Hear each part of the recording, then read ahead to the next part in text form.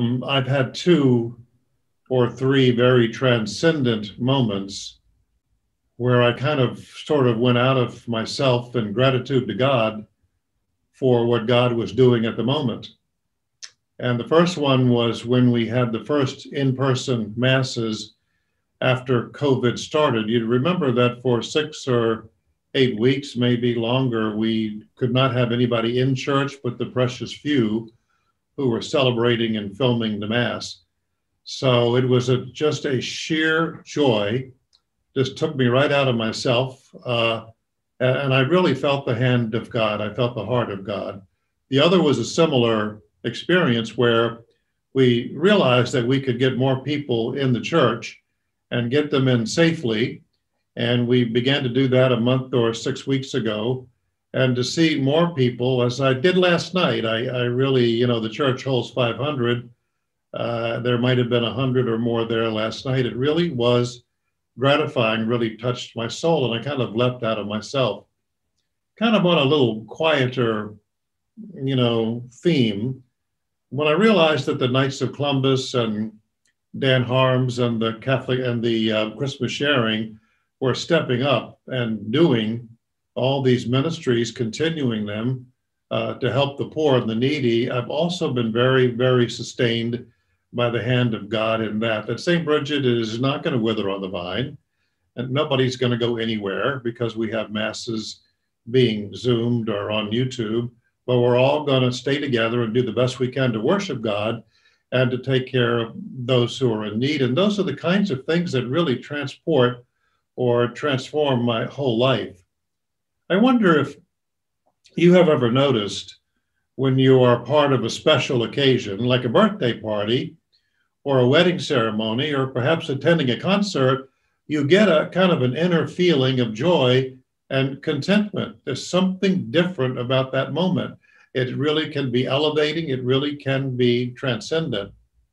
This is partly because you have entered an important time and you've used, even at a birthday party, maybe, or a wedding reception, it's because you have used a little bit of ritual to get there. Your expectations are high, you may dress differently, and you may use a certain vocabulary, even if it's as simple as happy birthday, or I love you, or I'm glad to be here. Thank you for asking me. Those are ritual words that we don't use every day, every moment of the day, but that we use on ritual or special occasions. It's the ritual of the occasion, be it birthday, wedding, or whatever, that prompts special foods or clothing or special words or special destination. Naturally, we are all keenly aware of human time. And a long time ago, people before us figured out that human time is going to be 12 months a year, 52 weeks a year, 7 days a week, and 24 hours a day. And that kind of limits, in a good way, brings order and cohesion to what else would be chaos, really. So it's really a good thing. 2,000 years from now, when archaeologists dig through our civilization, they may find remnants of our religions. But the archaeologists 2,000 years from now digging through our civilization will think that we worship a God called time, because clocks and watches will be more prevalent than crosses, crescents, and stars of David. So there is a human governed time that limits and directs and brings order in a good way to what otherwise would be chaos. There's this normal time that we are accustomed to. However, I want you to stretch a little bit, because there is also something called sacred time. Sacred time has no beginning and it has no end.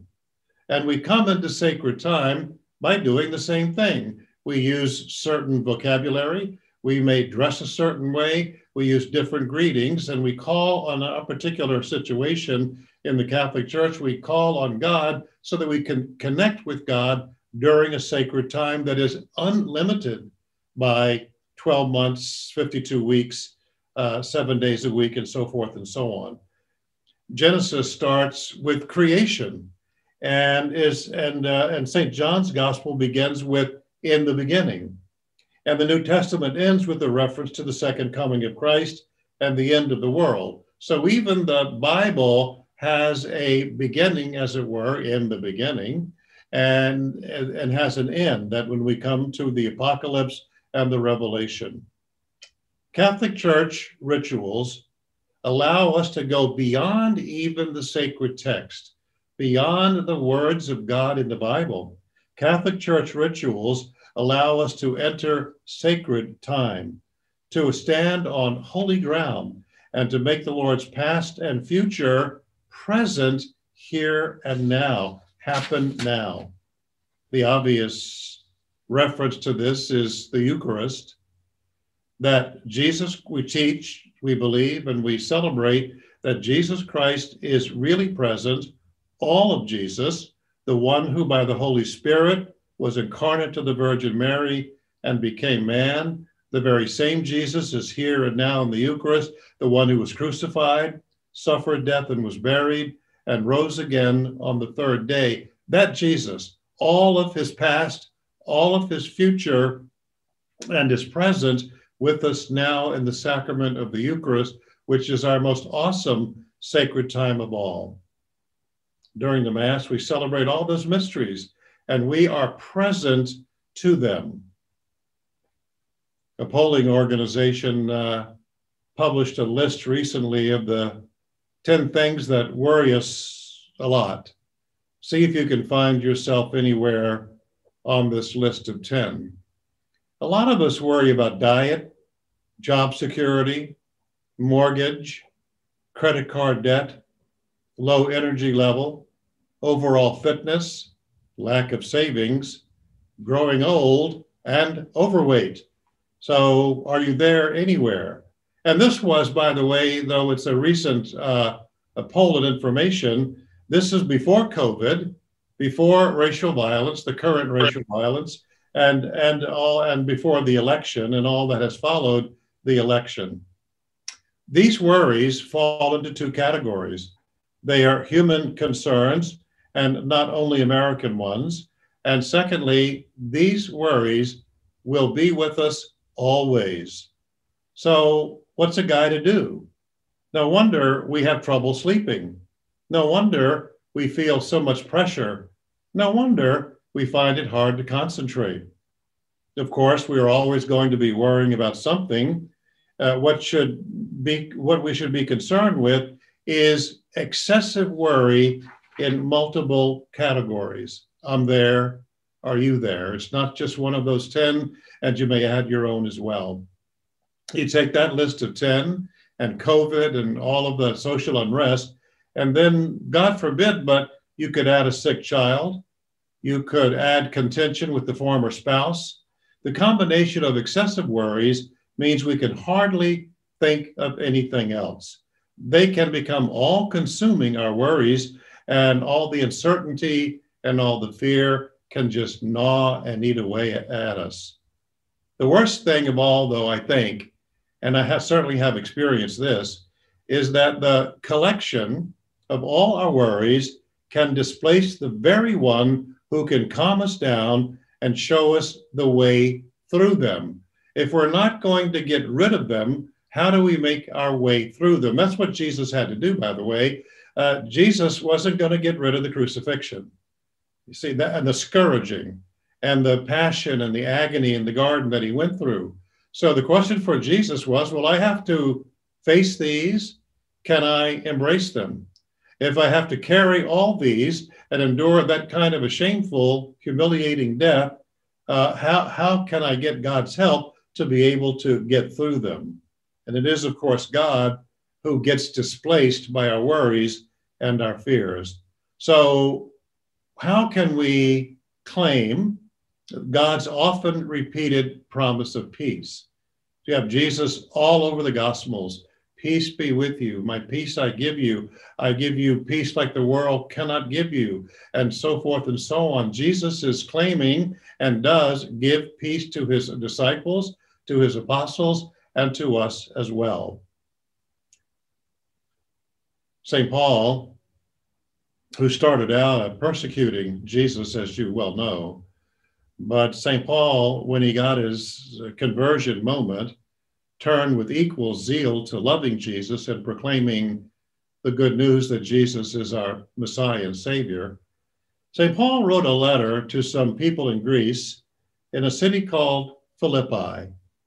And apparently the Christian community in Philippi was founded by St. Paul, and it must have been on one of the main routes in Asia Minor because he traveled through Philippi quite often. This letter that he wrote to the people, the early Christians in Philippi, St. Paul wrote it while he was in prison under a death sentence.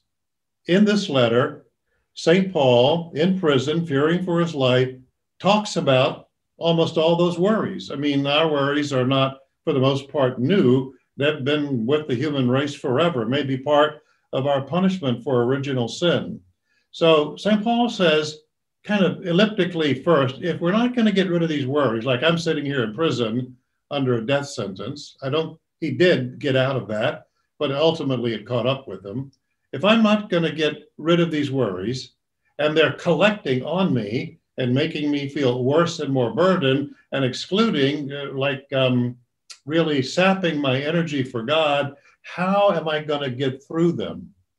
And so this letter to the Philippians, which is what we call the Christians of Philippi, this letter to the Philippians in chapter 4, very short, and you want to read it, it's 4 chapters.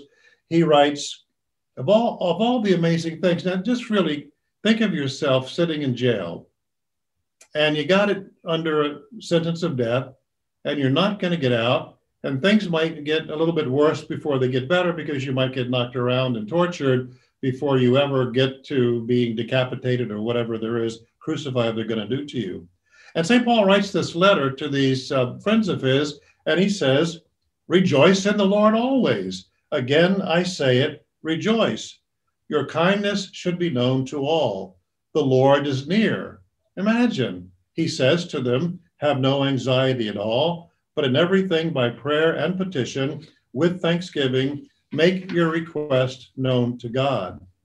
Then, get this, then says St. Paul, the peace of God that surpasses all understanding will guard your heart and your minds in Jesus Christ. The peace of God, which is beyond all understanding. Boy, would I like some of that, wouldn't you? I mean, I certainly would today. Nice words, but how did Paul in prison get to that confident point? And how do we, who are so anxious about many things, how do we get there? Part of the answer is in the same letter. Remember, there are 4 chapters to the letter to the Philippians, and this I just read you is in chapter 4. You kind of go back to chapter 2 to find some of the answers, because in chapter 2, there is clear information about how we can get and inculcate into our own lives and choices and decisions that peace which surpasses all understanding. Well, St. Paul says in chapter 2, look, whatever is true, whatever is honorable, whatever is just, whatever is lovely, whatever is gracious, if there is any excellence, and if there is anything worthy of praise, think about those things. What do I think about? I. I'm hot, I'm cold, I'm hungry, I'm fed, I'm thirsty, I'm slaked, I'm scared, I'm confident. I want to go on vacation, I can't go, I COVID this, and the racial disharmony that. I. And that one thin pronoun casts out God. So think about what is honorable and true. Think about whatever is just. Heaven's sakes, think about whatever is lovely and whatever is gracious and whatever is excellent. And beginning to think about the higher things, the beauty of life and the virtues of life will begin to diminish that single ugly pronoun and get us back into the presence of God himself, who gives us that peace that is beyond all understanding. I would say also from my own experience, and I'm not always good at this, and I think part of it is my calling, and I have to do this, But I would say to you, if it is at all possible for your own peace of mind and the contentment of your heart, stay away from grumpy people. Stay away from doomsday sayers. Stay away from tear down, destroy everything blogs and negative news channels. Now back to chapter 2, where St. Paul waxes eloquent about how to manage our worries and handle our fears. As I say, worry and fear will always be with us. Do we give in, do we give up, or do we control and direct them? St. Paul says in that chapter 2, complete my joy by being of the same mind, with the same love, united in heart, thinking one thing. Do nothing out of selfishness. Do nothing out of vainglory, vanity. Rather, humbly regard others as more important than yourselves. That is so contrary to the way in which we live. That is so opposite to what is going on in the world today. Humbly regard others as more important than yourselves, each looking out not for his own interest, but for those of others. Have among you the same attitude that is also yours in Jesus Christ, who, though he was in the form of a slave, who, though he was in the form of God, did not regard equality with God something to be grasped at. This is what Jesus did. And this is very, very much part of what makes Jesus so good and so great. St. Paul says that Jesus emptied himself, taking the form of a slave, coming in human likeness and found in human appearance. He humbled himself, becoming obedient, even obedient to death on a cross. If you could take away one phrase from that whole passage in chapter 2, humbly regard others as more important than yourself. If you're the father, do you give up leading the family and disciplining your children with love? No. If you're the mother, the same thing? No. This is not the invitation to chaos, because there's got to be good order in a Catholic family. But it is an order to your own sense of humility. It brings order to your own sense of humility to regard others, and you humbly regard others as greater, more important than yourselves. Now, what is God's response to his divine Son's willingness to humble himself, even to the point of death on the cross? It's really the operative question in most every conversation we have in our heads, and what we have with those conversations we have with the people we tell our secrets to. Hey, what do I get out of this? What am I going to get out of what I'm choosing to do? If I'm going to consider other people as being more important than myself, humbly regard them as more important to myself, what do I get out of this? Do I then become a doormat?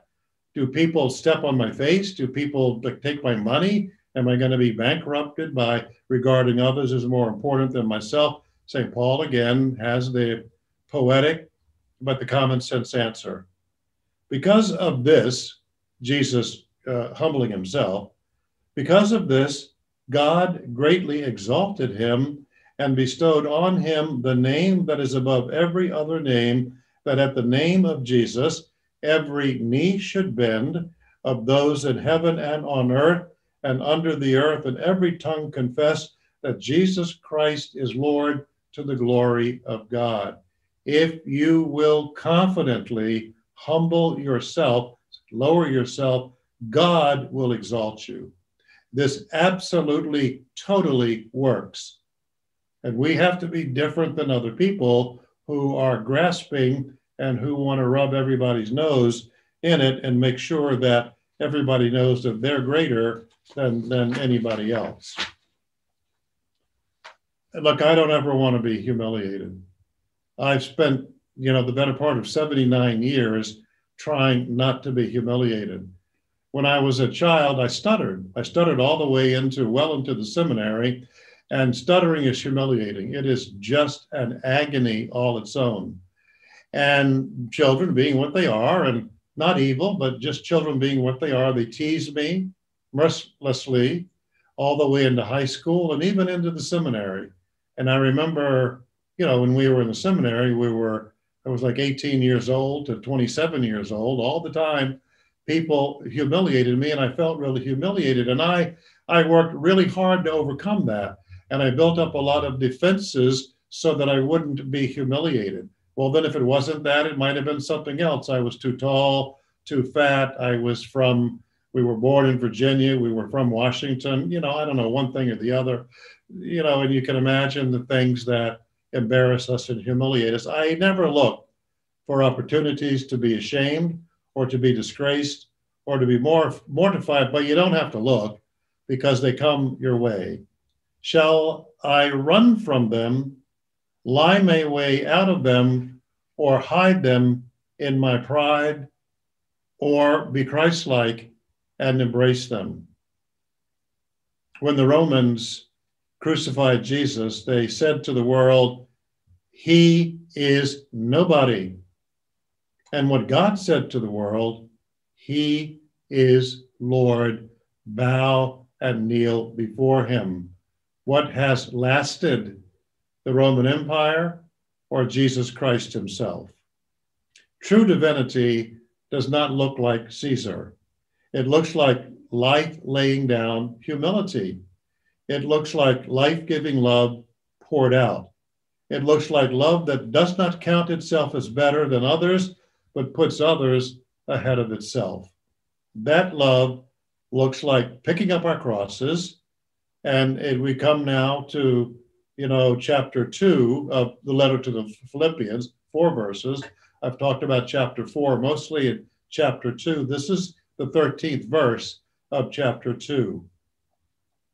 For God is the one who, for his good purpose, who works in you to both desire and to work. How am I going to get this humility? How am I going to embrace my crosses? Because that's what humiliation is, and that's what embarrassment is. These are our crosses. How are we going to get the humility to embrace them? God is the one who gives us that.